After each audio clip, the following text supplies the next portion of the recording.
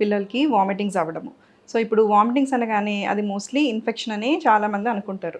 So, ఇప్పుడది infection వల్ల వచ్చిందా? లేకపోతే ఈ సమ్మర్ హీట్ ఎఫెక్ట్ వల్ల వచ్చిందా? హీట్ ఎగ్జాస్షన్ అనేది మనం ఎలా తెలుసుకుంటాము అనేది మనం మాట్లాడుకుందాము.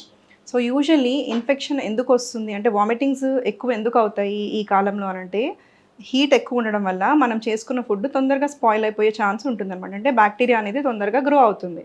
మీరు కూడా గమనించే ఉంటారు కదా! అన్నము సమ్మర్‌లో త్వరగా పాడైపోతుంది వింటర్‌తో పోలిస్తే.